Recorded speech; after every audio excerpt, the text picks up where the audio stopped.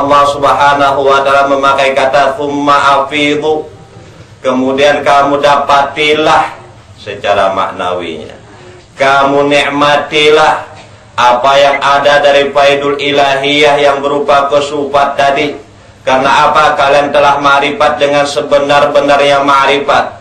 Telah kalian lepas semua pakaian kemakhlukan, ya, telah kalian lepas semua pakaian kenafsuan yang ada pada kalian itu liwujudi bika, liwujudi fika, karena ada yang aku pada dirimu itu. Maka terlepaslah daripada semua kemakhlukan dan kenafsuan itu. Itulah Allah Subhanahu wa Ta'ala mengatakan dengan kata tsumma afidhu. Karena yang orang yang ada afidu di situ sudah ada kusufat, terbuka hijab, tidak ada lagi hijab antara hamba itu dengan Allah Subhanahu wa Ta'ala.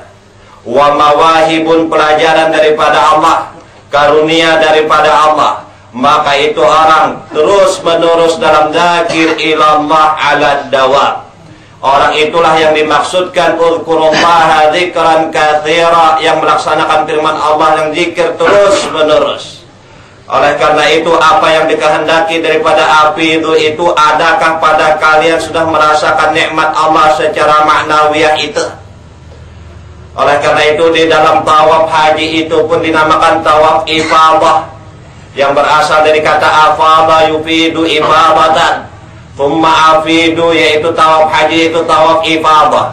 Tawaf ifadah tidak lagi ada tawaf kemakhlukan atau kenafsuan, tapi semuanya bersumber berkualitas daripada Allah Subhanahu wa Ta'ala, sedikit pun kadar kemanusiaan dan kebasyariahannya.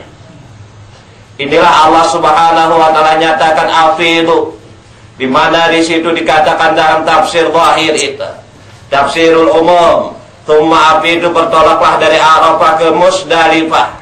Kenapa ke Musdalifah itu? Karena untuk menyatakan bahwa ketiadaan makhluk, ketiadaan basyariah, ketiadaan kenafsuan yang ada pada kehidupan ini.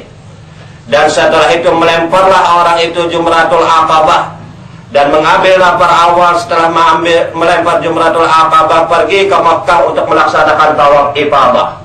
Maka selesailah pelaksanaan ibadah haji pada saat itu, kecuali hanya menunggu hari tasyrik 11, 12, dan 13 Zulhijjah. Di dalam firman Allah Subhanahu wa Ta'ala ini, tsumma afidu min haitsu afadan nas wastaghfirullah, kemudian kalian minta ampunlah kepada Allah. Inilah perlu istighfar kita kepada Allah Subhanahu wa Ta'ala atas apa? Karena orang yang sudah melaksanakan haji, bila rafatha wala fusuqa wala jidal kayaumin waladathu ummuh. Barang siapa, ujar Rasulullah, yang melaksanakan ibadah haji tidak ada rafas, fusuk, dan jidal, maka dia kembali seperti bayi yang baru dilahirkan oleh ibunya. Kenapa perlu istighfar? Istighfar diperlukan karena pengakuan kita sebelum Arafah.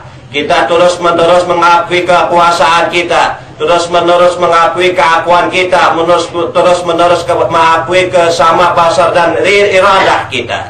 Itulah kesalahan yang besar yang ada pada diri kita. Padahal semuanya adalah kembali kepada Allah, dan tidak ada lain kecuali hanya Engkau ya Allah.